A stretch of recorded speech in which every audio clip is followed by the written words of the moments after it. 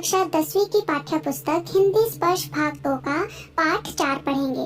पाठ 4 में आपको एक कविता दी गई है।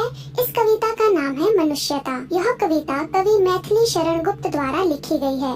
मैथिली शरण गुप्त जी का जन्म झांसी के चिरगांव में हुआ था। इस कविता में कवि ने मनुष्य को किस तरह से अपना जीवन जीना चाहिए या सही मायने में मनुष्य किसे कहा जाता है, इस बात पर जोर दिया है। कवि अपनी कविता के माध्यम से क्या प्रेरणा देना चाहते हैं, यह हम कविता को पढ़कर समझेंगे।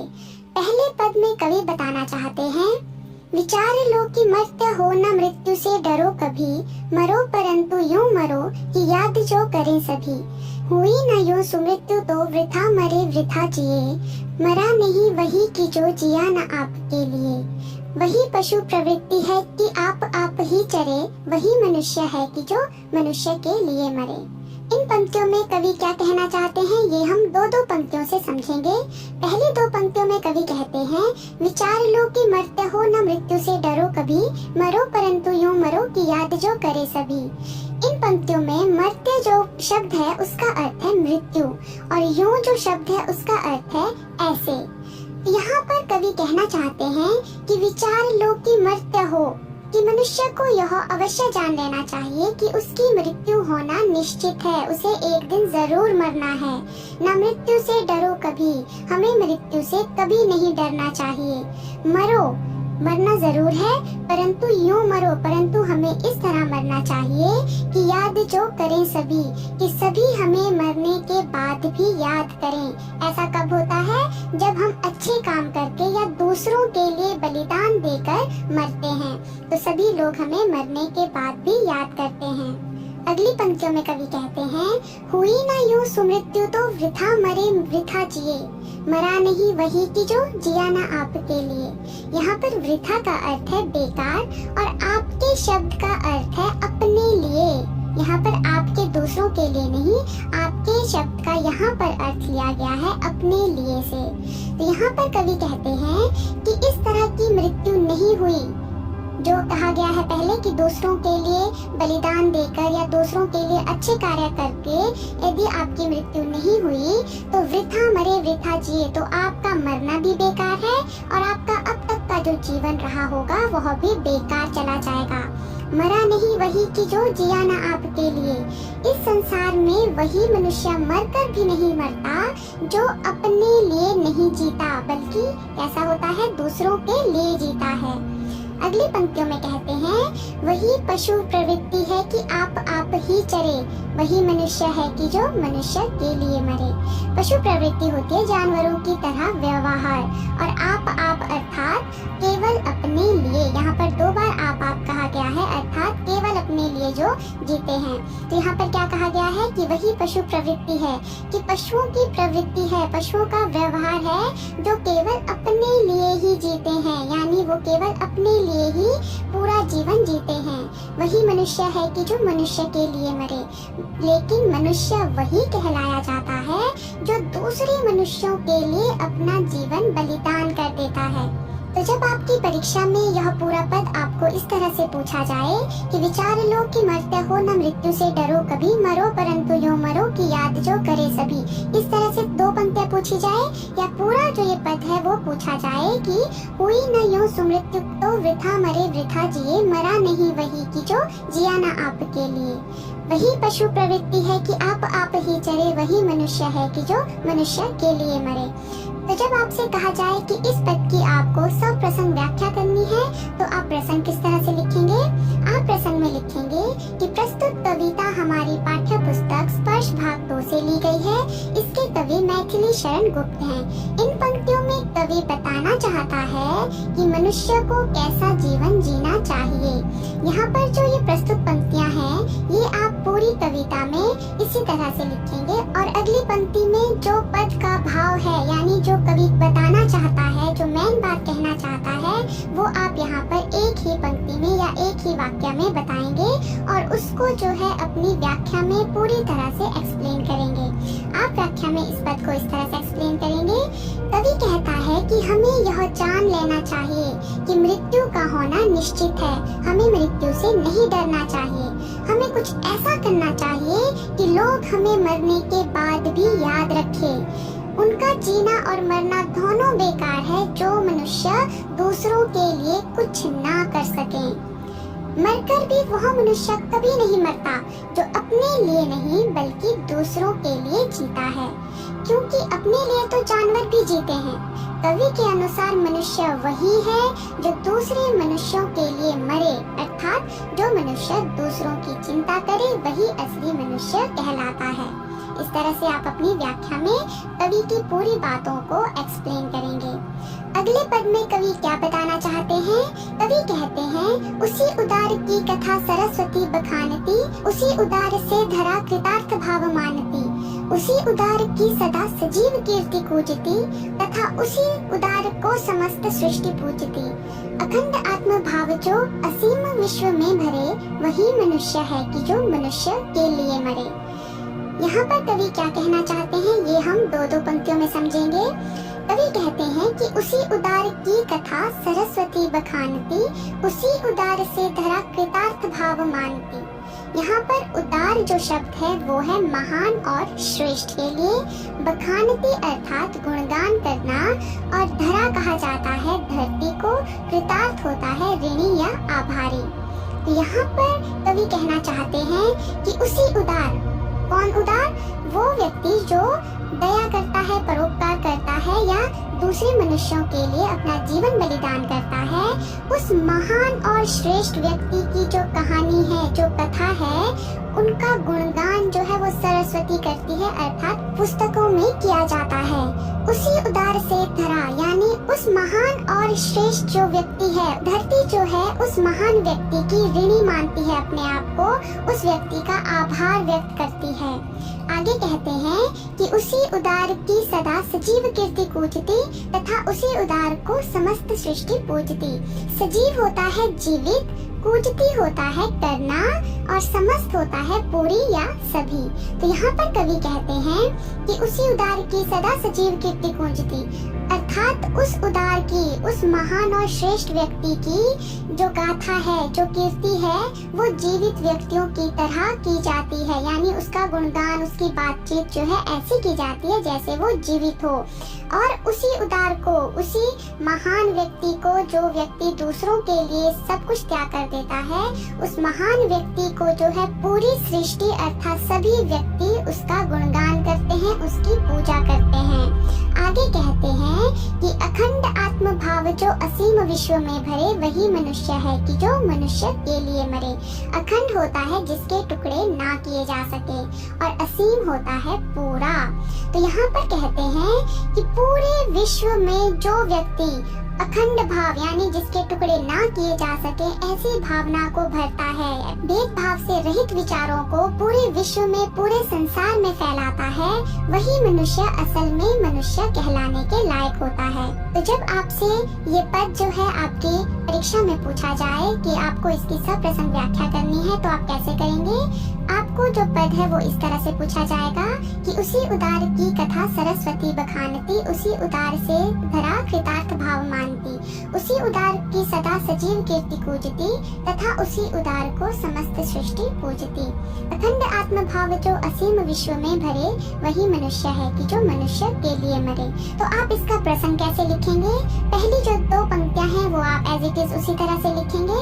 अगली पंक्ति में इस पहले की, इस पद की जो मेन बात है उसे कहेंगे कि इन पंक्तियों में कवि क्या बताना चाहते हैं। कवि कहना चाहते हैं कि जो मनुष्य दूसरों के लिए जीते हैं, उनका गुणगान युगों युगों तक किया जाता है।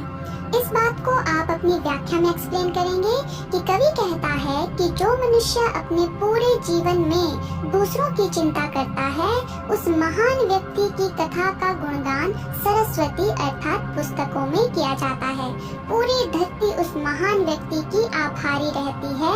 उस व्यक्ति की बातचीत हमेशा जीवित व्यक्ति की तरह की जाती है और पूरी सृष्टि उसकी पूजा करती है। कवि कहता है कि जो व्यक्ति पूरे संसार को अखंड भाव और भाईचारे की भावना में बांधता है, वह मनुष्य सही मायने में मनुष्य कहलाने योग्य होता है। अगले पद में कवि बताना चाहते हैं, क्षुधार्थ रंति देव ने दिया करस्त थाल भी, तथा दधीचि ने दिया परार्थ अस्ति जाल भी। उसी नर क्षितिज ने स्वमास दान भी किया, सहर्ष वीर कर्ण ने शरीर चर्म भी दिया।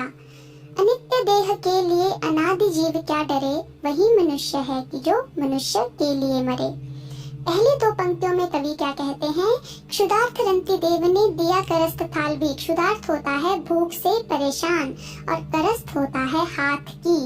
तथा दधीचि ने दिया परार्थ अस्थि जाल भी। परार्थ है पूरा और अस्थि जाल कहा जाता है हड्डियों के समूह को। तो यहाँ पर कवि कहते हैं कि क्षुधार्थ भूख से परेशान रति देव ने अपने हाथ की जो आखिरी थाली थी वह भी दान में दे दी, और दधीचि ने तो पूरा अस्थि जाल यानी अपने शरीर की सारी हड्डियों का समूह जो है वो दान कर दिया था। उसी नर क्षितिज ने स्वमास दान भी किया, सहर्ष वीर कर्ण ने शरीर चर्म भी दिया। उसी नर क्षितिज अर्थात उसी नर देश के राजा शिबी। सहर्ष होता है अपनी इच्छा से, खुशी से, और शरीर चर्म कहा जाता है शरीर का कवच। तो यहाँ पर कवि कहते हैं कि उसी नर देश के राजा शिवी ने स्वमास यानी अपना मांस जो है वो भी दान कर दिया। जैसे आप यहाँ चित्र में देख सकते हैं कि पहले यहाँ पर कबूतर की जान बचाने के लिए जो महाराज शिवी हैं वो अपना मांस काट कर जो है तराजू में रख रहे थे, लेकिन वो मांस पूरा नहीं हो रहा था, यानी जो कबूतर है वो ज्यादा भारी था। तो उसकी भरपाई करने के लिए जो महाराज शिवी हैं वो पूरे के पूरे स्वयं जो है उस तराजू में बैठ गए थे, ताकि जो ये गिद्ध है वो उन्हें खाए और कबूतर को छोड़ दे। यहाँ पर दूसरी पंक्ति में कहते हैं कि सहर्ष वीर कर्ण ने शरीर चर्म भी दिया, यानी अपनी खुशी से जो कर्ण है उन्होंने अपना जो कवच है अपने शरीर पर जो उनको जन्म से कवच मिला था उनकी रक्षा के लिए उसे भी दान कर दिया। आगे कहते हैं, अनित्य देह के लिए अनादि जीव क्या डरे, वही मनुष्य है कि जो मनुष्य के लिए मरे। अनित्य देह अर्थात नश्वर शरीर और अनादि जीव कहा जाता है मनुष्य को। तो यहाँ पर कवि कहते हैं कि मनुष्य अपने इस नश्वर शरीर के लिए क्यों डरता है, जबकि उसे पता है कि जो उसका शरीर है वो नश्वर है, नष्ट होने वाला है, एक दिन उसे अपना शरीर अवश्य छोड़ना है, तो वो क्यों डरता है। जबकि मनुष्य वही कहलाया जाता है जो दूसरों के लिए अपने प्राणों का त्याग कर दे या अपने जीवन को दूसरों के लिए समर्पित कर दे। तो इस पद को कि क्षुधार्थ रंति देव ने दिया करस्त थाल भी, तथा दधीचि ने दिया परार्थ अस्ति जाल भी, उसी नर क्षितिज ने स्वमास दान भी किया, सहर्ष वीर कर्ण ने शरीर चर्म भी दिया। अनित्य देह के लिए अनादि जीव क्या डरे, वही मनुष्य है कि जो मनुष्य के लिए मरे। इसकी आप सप्रसंग व्याख्या किस तरह से करेंगे। प्रसंग की पहली दो पंक्तियां आप उसी तरह से लिखेंगे और अगली पंक्ति में आप कवि ने इस पद में क्या कहा है वो कहेंगे कि इन पंक्तियों में कवि ने महान पुरुषों के उदाहरण दिए हैं। किनके उदाहरण दिए हैं? जिनकी महानता के कारण उन्हें आज भी याद किया जाता है। तो व्याख्या में आप एक्सप्लेन करेंगे कि कवि कहता है कि पौराणिक कथाएं ऐसे व्यक्तियों के उदाहरणों से भरी पड़ी हैं जिन्होंने अपना पूरा जीवन दूसरों के लिए त्याग दिया, जिस कारण उन्हें आज तक याद किया जाता है। उसमें कौन कौन है कि भूख से परेशान रति देव ने अपने हाथ की आखिरी थाली भी दान कर दी थी, और महर्षि दधीचि ने तो अपने पूरे शरीर की हड्डियां वज्र बनाने के लिए दान कर दी थी। उसी नर देश के राजा शिबी ने कबूतर की जान बचाने के लिए अपना पूरा मांस दान कर दिया था। वीर कर्ण ने अपनी खुशी से अपने शरीर का कवच दान कर दिया था। कवि कहना चाहते हैं कि मनुष्य उस नश्वर शरीर के लिए क्यों डरता है, क्योंकि मनुष्य वही कहलाता है जो दूसरों के लिए अपने आप को त्याग देता है। अगले पद में कवि कहना चाहते हैं कि सहानुभूति चाहिए महाविभूति है यही, वशीकृता सदैव है बनी हुई स्वयं मही। विरुद्ध भाव बुद्ध का दया प्रवाह में बहा, विनीत लोक वर्ग क्या न सामने झुका रहा। आह वही उदार है परोपकार जो करे, वही मनुष्य है कि जो मनुष्य के लिए मरे। इस पद में कवि क्या बताना चाहते हैं? पहली दो पंक्तियों में कवि कहते हैं सहानुभूति चाहिए महाविभूति है यही, वशीकृता सदैव है बनी हुई स्वयं मही। सहानुभूति कहा जाता है और करुणा को। महाविभूति होता है सबसे बड़ी संपत्ति। वशीकृता अर्थात वश में करने वाला मही होता है ईश्वर। यहाँ पर कवि कहते हैं कि सहानुभूति चाहिए, कि मनुष्य को अपने मन में दया और करुणा को बसाना चाहिए। यही सबसे बड़ा धन है, महाविभूति है। और वशीकृता सदैव है बनी हुई स्वयं ही। जो व्यक्ति अपने मन में दया और करुणा रखते हैं, ईश्वर भी उसके वश में रहते हैं, अर्थात ईश्वर भी उसकी सहायता करते हैं। अगली पंक्तियों में कहते हैं, विरुद्ध भाव बुद्ध का दया प्रवाह में बहा, विनीत लोग वर्ग क्या न सामने झुका रहा। विरुद्ध भाव है खिलाफ होना। तो यहाँ पर कवि कहते हैं कि दया और करुणा का सबसे बड़ा उदाहरण कौन है? महात्मा बुद्ध। तो यहाँ कवि कहते हैं कि बुद्ध का दया प्रवाह जो है वो लोगों को देखकर टूट गया, अर्थात उनसे लोगों का दुख नहीं देखा गया, और वे विरुद्ध भाव, वे लोगों की जो नीतियाँ बनी होती है, समाज की जो नीतियाँ बनी होती है, उनके खिलाफ चले गए। इसके लिए क्या लोक वर्ग यानी जो विनीत लोक वर्ग हैं, जो विनम्र लोक वर्ग हैं, क्या वो उनके सामने नहीं झुका रहा? अर्थात आज भी महात्मा बुद्ध को इसके लिए याद किया जाता है, उनकी करुणा और दया के लिए उनकी पूजा की जाती है। आगे कवि कहते हैं, आह वही उदार है परोपकार जो करे, वही मनुष्य है कि जो मनुष्य के लिए मरे। उदार कहा जाता है दयालु को, और परोपकार होता है दूसरों पर किया गया उपकार।